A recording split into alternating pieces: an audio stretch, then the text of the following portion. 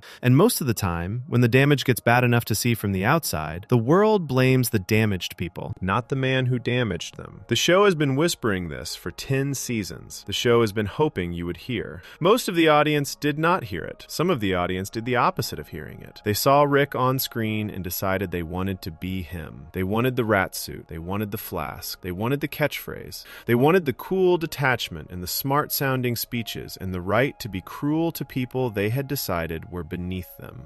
A whole corner of the internet turned the warning into a costume. They wore it loudly. And when that costume was challenged, when writers on the show, actual women doing actual work, pushed Rick in a direction the costume wearers did not like, those fans did something that proved the whole point of the show in a way no episode could have scripted. Before we move on, if you're enjoying this analysis, please consider subscribing. It helps the channel tremendously. They went after the writers, by name. With threats. Section 8, the fandom that missed the warning. For 7 sections of this video, we have been looking at what the show put on screen. The scenes, the dialogue, the voice work, the backstory, the animation choices, all the pieces the writers made on purpose. And across every one of those pieces, the same argument has been building. Rick Sanchez is a man the show is worried about. The show wants you to be worried about him too. Now we have to turn the camera around, because the most damning piece of evidence that Rick Sanchez is what society warned us about is not in any episode. It is in what happened when the show left the screen and entered the real world. It is in what a segment of the audience decided to do with him. And it is in what happened to 3 real people with real addresses, real families, and real jobs when those fans decided they did not like the direction the show was going. Let us start with The Sauce. On April 1st, 2017, Season 3 of Rick and Morty aired its premiere episode. Near the end of that episode, Rick goes on a long, ranting speech about a specific type of dipping sauce. The sauce is called Szechuan sauce. It was a real sauce that McDonald's sold for a few weeks in 1998 as a promotion for the Disney movie Mulan. The sauce had been gone for almost 20 years by the time Rick mentioned it. Almost nobody remembered it. That was the joke. Rick, the smartest man in the universe, was declaring that his entire life's mission was to get his hands on a small packet of fast food sauce